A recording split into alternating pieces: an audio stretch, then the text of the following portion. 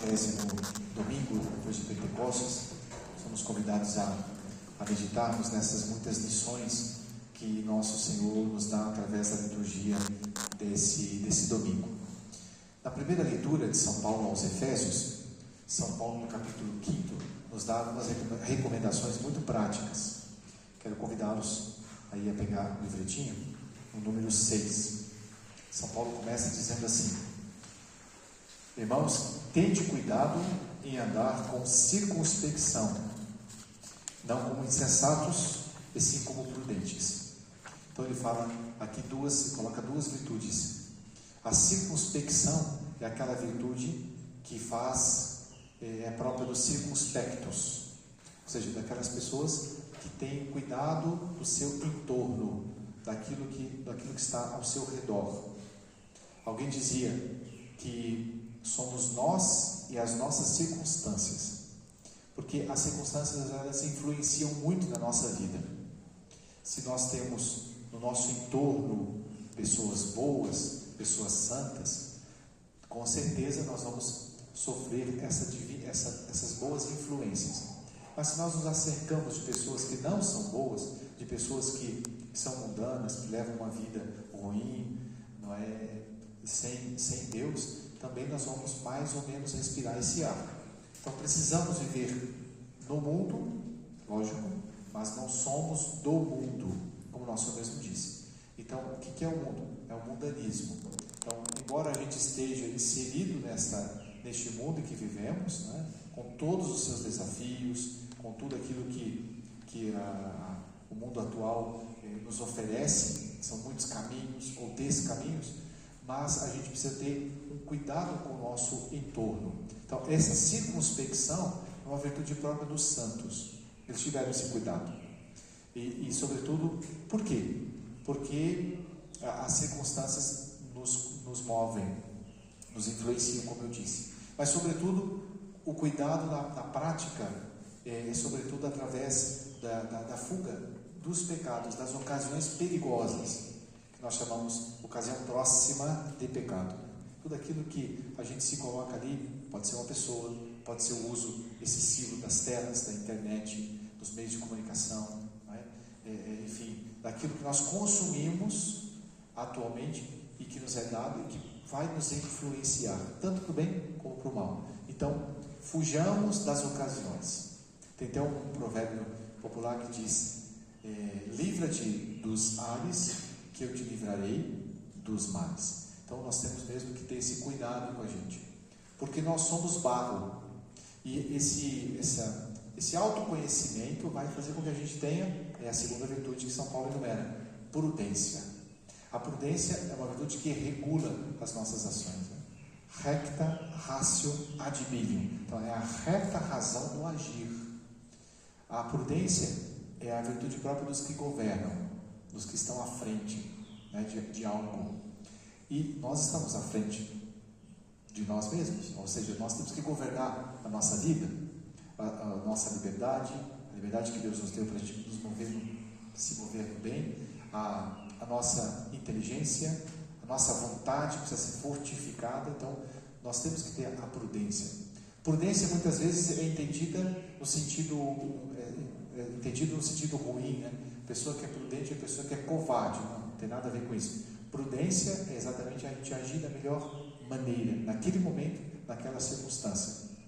Então, por exemplo, na prática, o ciclo de amigos que eu tenho, eles me levam para Deus ou não? Né? As pessoas que eu sigo nas redes sociais, elas são edificantes? Né? Tem pessoas que no meu ciclo de amigos que me influenciam para o mal. Então, se tem, eu preciso refazer esse ciclo de amizades, esse meu entorno. Eu preciso escolher as melhores pessoas, porque senão eu vou ser influenciado para o mal. Né? E não nos enganemos, não é? Porque muitas vezes a gente acha: eu sou forte o bastante para me colocar em tal circunstância que eu não vou cair. E quantas vezes a gente pensou assim e o tombo foi feio? Então, por isso essa circunspecção, esse cuidado. Depois São Paulo continua dizendo: aproveitai o tempo, porque os dias são maus. E o tempo aqui não é só o tempo cronos, né, do grego cronos, o tempo marcado pelo cronômetro, né, pelo relógio, a dia, a hora, mas o tempo é exatamente o kairos para nós, ou seja, o tempo da graça. No mundo se costuma dizer, no mundo comercial, tempo é dinheiro. E nós dizemos, tempo é graça. Tempo é graça. Tempo não é só dinheiro. Não é claro, no mundo corporativo, comercial, o tempo é dinheiro. A gente tem que correr atrás do tempo, porque senão a gente fica parado e não ganha dinheiro. Mas não é só isso. No olhar de fé, no olhar sobrenatural, nós temos que pensar que o tempo é a graça de Deus que Deus nos dá para a gente salvar a nossa alma e se santificar. Então, utilizemos bem o nosso tempo. Em outra passagem, São Paulo fala, aproveitai o tempo, que os dias são maus. Então, enquanto nós temos o tempo, façamos o bem, ou seja, nos santifiquemos. Não é? Enquanto nós estamos aqui embaixo, em stato via, e como viandantes, né, como peregrinos até a pátria, nós temos o tempo que Deus nos dá para a gente se santificar. E a gente pode retificar tantas coisas. Podemos melhorar o nosso proceder, os nossos pensamentos, as nossas convicções. Podemos aprofundar cada vez mais a fé e o conhecimento de Deus e das coisas de Deus, da verdade, né? Da doutrina, da sã doutrina. Então, vamos aproveitar o tempo. Quanto tempo, quando a gente fala de tempo, quanto tempo perdido com coisas tão supérfluas? Por exemplo, o uso excessivo das telas. Quem que não pode bater no peito e dizer o meia culpa quando nós falamos, sobretudo, nessa perda de tempo, né? Perdemos o tempo de tantas vezes com bobagens, com histórias sem necessidade, só ali para o passatempo. Olha o tempo, passatempo. E a gente perde. A gente poderia estar utilizando o tempo para a gente fazer uma oração, uma boa leitura, né? Empregando o tempo para a gente servir os outros, para a gente ser útil a alguém, sei lá, fazendo bem, fazendo uma caridade, influenciando para o bem alguém, né? Então vamos aproveitar o tempo. Cito aqui o exemplo me vem à memória o exemplo de Santo Afonso Maria de Ligório, que fez, além dos 3 votos que ele tinha como religioso, ele fez o 4º voto, não é? Além de pobreza, obediência e castidade, ele tinha o voto de não perder jamais tempo. Então ele estava sempre fazendo alguma coisa que valia para a eternidade. Porque às vezes pode assim, então ele não estava nunca parado, não caía no ativismo. Não é isso. Haverá um momento em que empregar bem o tempo será a gente se dá o devido descanso, por exemplo. A gente dá o tempo à família, aos nossos, não é? Mas, sobretudo, não perder tempo com coisas fugazes, com coisas levianas, com pecados. Não é? Depois São Paulo continua dizendo, assim, pois, não sejais imprudentes, mas aplicai-vos a conhecer qual seja a vontade de Deus. Isso é muito importante, né? A gente, sobretudo, tenha sempre em mira, em vista, como meta, o conhecimento de Deus. Fazendo aquela pergunta, se Jesus estivesse onde eu estou, o que Jesus faria? Esse é o pensamento da imitação de Cristo. Se Jesus estivesse aqui, naquela circunstância, nessa circunstância que estou, com as pessoas, com essas atividades, como ele se comportaria, o que ele pensaria, o que ele falaria? Então, ser outro Cristo. Se a gente pensa assim, a gente está sempre inserido na vontade de Deus, não é? No agrado de Deus. Aquele fato interessante que aconteceu na vida de São João Berckmas, que era um seminarista jesuíta, né? Que não chegou ao sacerdócio, faleceu antes, mais ou menos ali, perto da época de São Luís Gonzaga, de Santo Inácio ainda, e conta-se que São João Berckmas, certa feita, fizeram a seguinte pergunta para o seminário lá de Santo Inácio, né, dos jesuítas.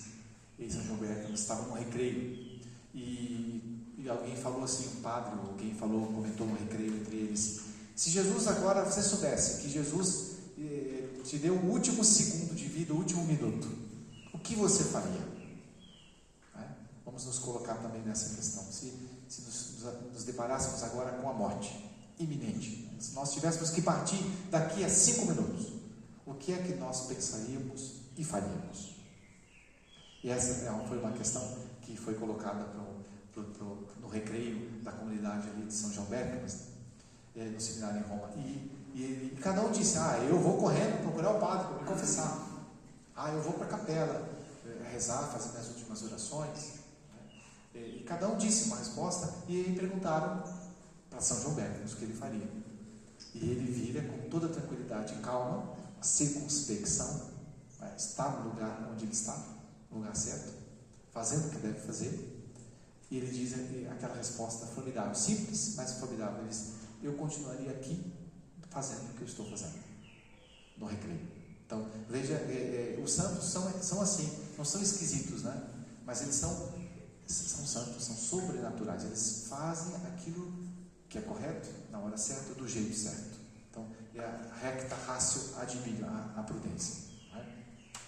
Depois, São Paulo, mais à frente, ele diz uma coisa interessante, que quase a gente não comenta nessa liturgia, mas vale a pena a gente comentar. São Paulo diz assim: e não vos embriagueis com vinho, do qual nasce a impureza, em outra tradução, que é uma fonte de devassidão, né? Então, o vinho, enfim, para nós pode ser vinho, mas pode também ser cerveja, aquilo que é alcoólico, né? E está na contramão da prudência, da sobriedade, né? Melhor dizendo. Mas o porquê? Quantas vezes, depois de uma boa dose de vinho ou de alguma bebida alcoólica, vem outros pecados? Quantas vezes? Né? Porque sóbrio a gente tem mais tranquilidade para decidir, e não sóbrio, ébrio, quantas vezes a gente faz coisas que a pessoa faz coisas que não faria se estivesse sóbrio. Portanto, esse cuidado por si mesmo, né? Se eu sei que eu não sou capaz de parar depois de algumas doses de cerveja ou de vinho, então nem as tomo. Então, exatamente esse cuidado para saber aonde a gente põe os pés, saber que somos miseráveis, por isso esse autoconhecimento vai fazer a gente fugir do que é mal. E São Paulo conclui dizendo: entoai salmos, hinos e cânticos espirituais. Como é bom a gente aproveitar da Santa Missa para a gente cantar, para a gente rezar, né? E fazer isso também durante o decorrer do nosso dia, talvez alguns trabalhos, estar ali com uma boa música, saber ouvir uma boa música, saber ter um bom gosto também por coisas mais elevadas, mais nobres, né? Não ficar no mundo que é tão rasteiro, né? Hoje a gente vê os jovens, as festas, que falta de bom gosto, né? Meu Deus, o que é um funk? Que absurdo isso, né? Então, como se decai quando a gente não tem esse olhar para as coisas mais elevadas. Depois, o Evangelho é muito interessante, porque no Evangelho desse domingo, Jesus ele está passando por uma região, que é a região da Galileia. Na Judéia, Jesus era perseguido, e na Galileia ele encontrava-se com os pagãos. E Jesus ele percorre ali Caná, por exemplo, nesse capítulo dessa passagem que nós estamos ouvindo, um pouco antes, se dá aquele fato na Samaria, com o encontro com a samaritana, né, no poço de Jacó. E depois Jesus sobe um pouco Caná da Galileia, e onde ele fez o primeiro milagre, e está na cidade de Cafarnaum, onde acontece o fato de hoje. Ou seja, eram cidades em que Jesus não fez muitos milagres, porque um profeta não é bem visto na sua própria terra, né? E portanto Jesus ele repreende a incredulidade daquele homem, como ele fala, ele pede uma graça, um milagre do filho, mas ele repreende ele, né? aquele homem. Também me vem o fato na cabeça, no pensamento, aquela lembrança da cananeia, daquela mulher que tinha uma filha que estava enferma, doente, e ela se coloca perto de Jesus e pede um milagre, né? E Jesus fala assim, dá uma resposta quase que ao nosso entender, quase mal criada. Jesus fala assim: não fica bem eu tirar o pão dos filhos e dar para os cachorrinhos. Você lembra dessa passagem? Daquela cananeia? E aquela mulher, como esse homem, persiste no pedido. Interessante. E aquela mulher fala assim: Senhor, é verdade, mas até os cães, até os cachorrinhos comem das migalhas que caem da mesa dos seus donos, né, do seu Senhor. Então é interessante como Jesus ele é desarmado quando alguém, diante de uma humilhação, assim, e de uma provação, ele persiste no pedido. É o que aconteceu com esse oficial do rei, que provavelmente trabalhava na cortesão da corte de Herodes Agripa, e tinha um filho que estava doente. Ele vai até Jesus e pede para que Jesus vá à sua casa curar o seu filho. Veja, ele já tinha fé, aquele homem acreditava. Talvez o último recurso daquele homem seria essa prece, esse pedido para Jesus. E Jesus então dá essa resposta: olha, não sei se vocês não verem milagres, vocês não vão acreditar. Ou seja, que incredulidade esse povo, né? Quase que uma exclamação, Senhor, né? Desabafo de Jesus. Mas aquele homem persiste: vem, Senhor, porque senão ele morre. E Jesus diz: olha, vai que o teu filho vive. Ou seja, a persistência logrou a cura do filho. Quantas vezes a gente também desiste no meio do caminho da nossa oração, e por isso a gente não recebe as graças, e por isso a gente não é beneficiado pelos benefícios, pelos dons, né, de nosso Senhor, porque a gente não perseverou na oração. Então, estamos agora nesse mês de outubro, que é o mês do Rosário. Rezemos mais, nos dediquemos bem à nossa vida de oração. Padre, eu não tenho tempo para rezar. Quantas vezes as pessoas assim, né? Ou então no confessionário encabeçam a lista de pecados, aquele pecado eu não rezei, e aí depois vem os maiores pecados, porque se a pessoa não reza, como diz Santa Teresa, não precisa nem do demônio para levar a pessoa para o inferno, se a pessoa não reza. Então a oração é a pedra de toque nossa. Se nós não rezamos, é como se nós fôssemos para o fronte de batalha, um soldado na frente da guerra sem munição. Ele vai levar chumbo, ele vai cair, o demônio vai derrubá-lo facilmente. Então, como é importante a gente se dedicar mais à oração. E não reza quem não tem humildade. Quem acha-se forte não vai rezar, acha que não é necessário, acha que tem tantas outras coisas mais necessárias, prioritárias, e a gente vai deixando para depois, postergando a nossa vida de oração. Então, fazer bem a oração.